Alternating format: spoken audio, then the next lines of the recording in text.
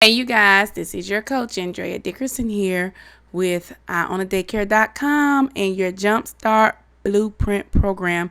We are on Module 7, Lesson 4, Leadership Checklist. So now this is the section where we start talking about your policies and procedures for staff. Staffing is very important, but I want to talk to you about developing and grooming your leadership staff.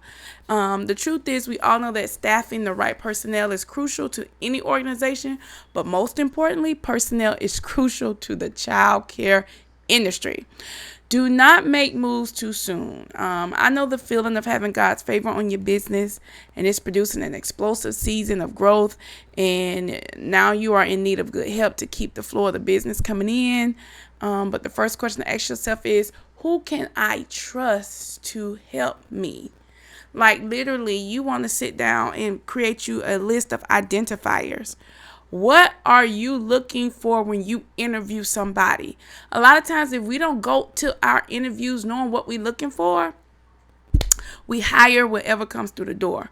So it's hard to ask a potential director about trust because people tend to say whatever it takes. So this is why you have to sit down and write down the clues that you're looking for to clue you in that you're speaking to the right person, that the right person is sitting in front of you. So I've discovered a system that will work for you if you're willing to take more steps in your hiring decisions. Number one, let's go through your different profiles that you may be in right now to help you understand this leadership role. So many of you are the business owner where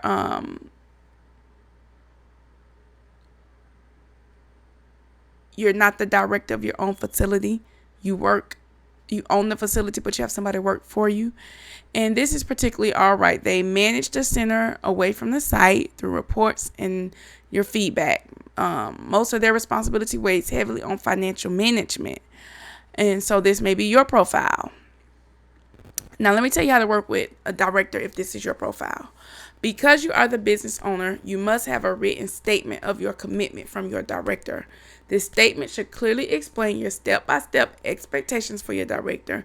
Keep in mind that when you make such a large investment into the lives of children, you deserve the same commitment from your director. Now, if this is you and you are the business owner, but you do not have the systems written in place, or your goal hasn't been to complete it, I want you to stop in whatever you're doing and complete it now. The reason being is because written systems are not basic operation manuals.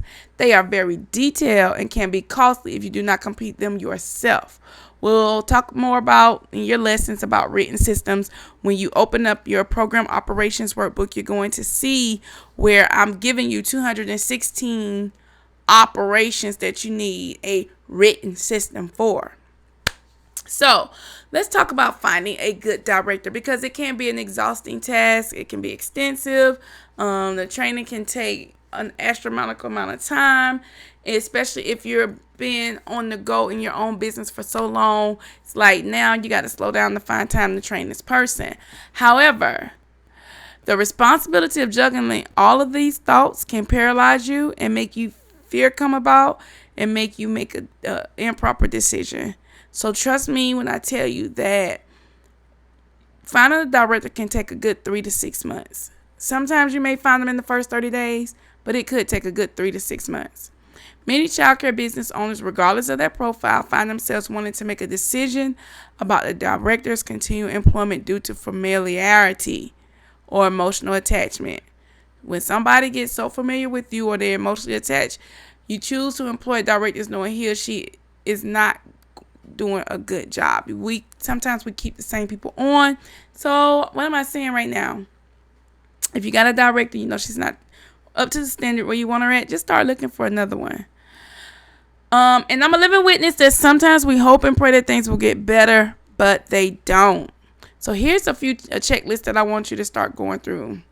It takes an organized business owner to lead a good director, first of all.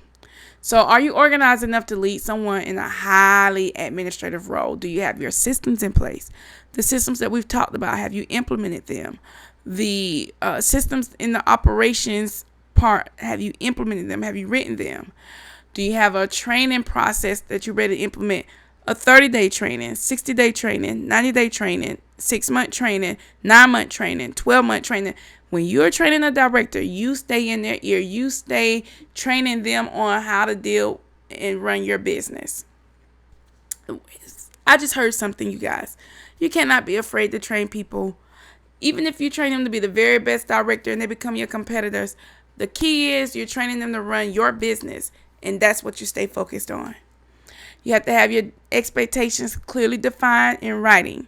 Having your 216 SOPs that I provided to you, that list, having those written out according to what you want done in your program, those are the expectations you want to set. Also, you want to have a clear job description. You want it to be very specific to your center operations. Our next lesson, we're going to get into the 3 C's of great leaders in your organization.